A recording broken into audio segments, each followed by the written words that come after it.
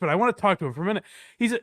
Based on some of the things he said before the show, I don't know if he's ever listened to this show, even though I've been a guest on his program. Everybody, you guys liked when we talked about him a few weeks ago. I hope you guys have checked out David Collins' 30-minute half-hour show, because our guest today is David Collins. Hello. What's up, buddy? What's going on, buddy? My name's David Collins. I am host of David Collins' 30-minute half-hour show. Thanks so much for having me on the show today. And there's a couple of things. I've taken a couple of notes. That's correct. I'm not too familiar with your show format. Craig, is that correct? You do a true crime podcast, but focusing on COVID deaths. Yes, yep, that's exactly it. He calls it the real crime of the 21st century.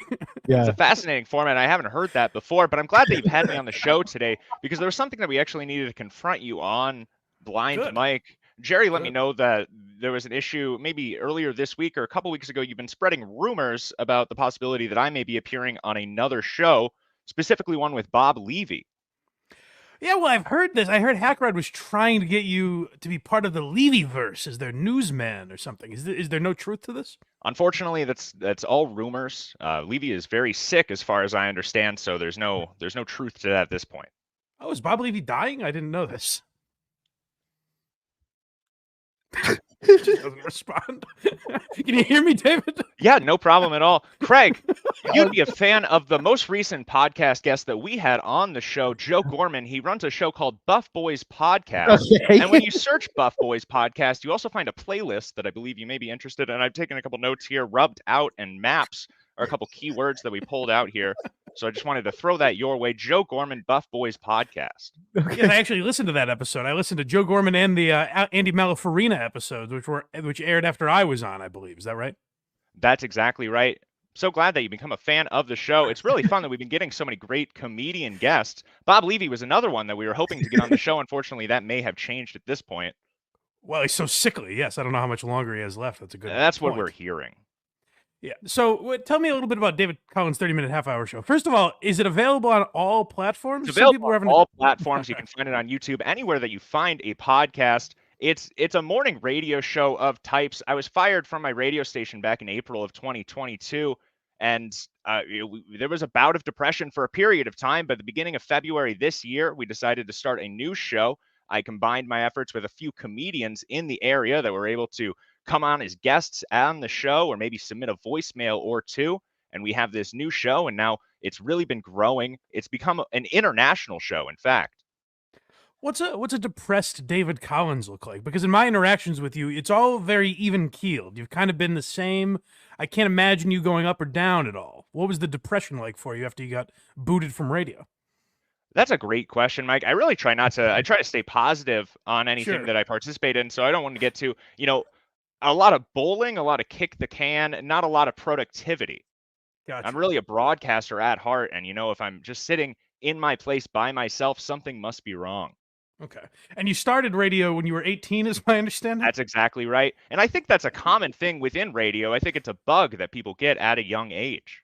Right. All right. Well, David, I know this isn't your usual format, so you're not familiar with the show. How did you find me? Friend of the show had recommended. I'd have to go back through the emails here, but we get emails. People suggest guests, and we reach out to them through email or through Instagram. And that way we can try to get a variety of people on the show. Okay, so it's interesting. I became a fan of yours. It seems like you did not become a fan of mine after interacting with me. Would you say well, we're learning more about you. I found out that you're actually a large fan of comedy. Not a lot of people know this about me, but I'm also a large fan of comedy. And I think we have a lot of fun facts that we might be able to go back and forth about when it comes to comedy on this subject. Who are your favorite comedians? My favorite comedians, Don Rickles. Sure. Norm Macdonald. Unfortunately, I would say many of them are dying at this point, and it's very unfortunate. I can't name any living comedian that I'm really following. Oh, really? Okay. Matt Rife, of course. I did catch his new special. I'm not sure. It was a little more aggressive, though. I like lighthearted comedy, and that's what I was expecting to see. Unfortunately, it was much darker than I had anticipated. Actually, we are going to be talking about Matt Rife's special today. Would you want to just dive right into that? Well, that's interesting. That's something that I might be somewhat familiar with. I saw you were talking about some politicians also. We usually try not to get political, so I'm not too familiar with some of the other people you may be talking about. It's not what it seems like, for sure. What politicians are we talking about? Ojeda. Oh, yes, that's true. He's a very serious man. So we'll save maybe save that for later in the show. But yeah, That's let's a get into great Matt movie. Rife, Craig. What's that? What'd you A say? Serious Man, 2010. That's a good point. Yes, I'm glad you.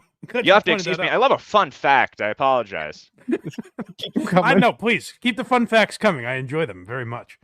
Yeah. So Craig, let's get. Oh, this is the other gripe that Hackride had with you. And David, you run a very professional operation. I know Jerry probably Well, that's helps very you out sweet. with Speaking of Hackride, what a professional operation he runs. You see, you can't. It's. I swear to God, he's gonna smile by the end of the show.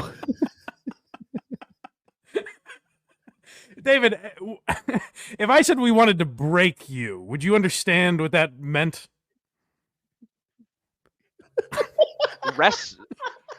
I really, I'm not sure. I would never wrestle a blind man.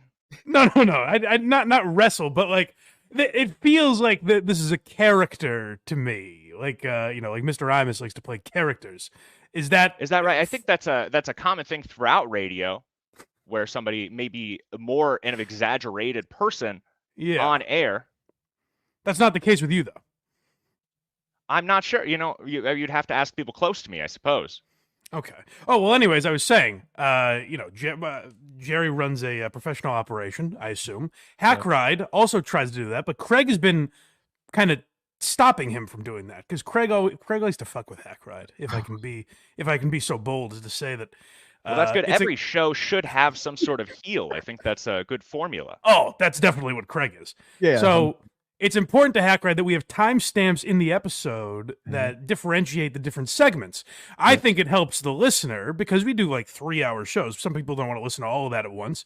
You get to skip around, pick and choose what you want to listen to. But it also helps Hackride, who is going back and cutting clips.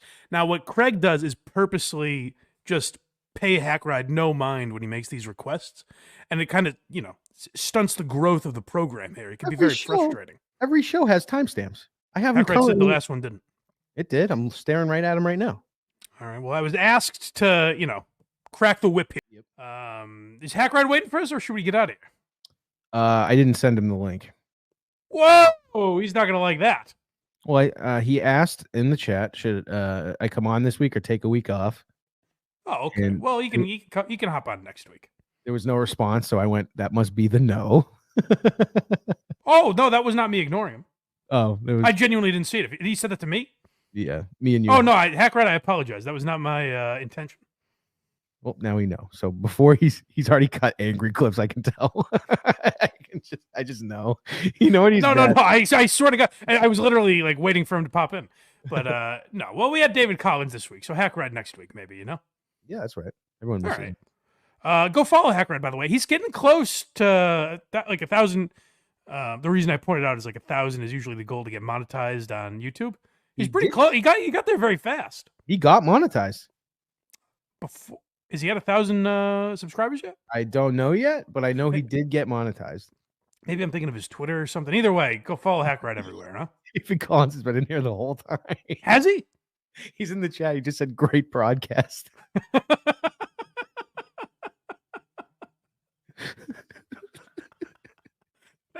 Thank you, David. I love David Collins. He was great today. He's delightful. I hope the people enjoyed him.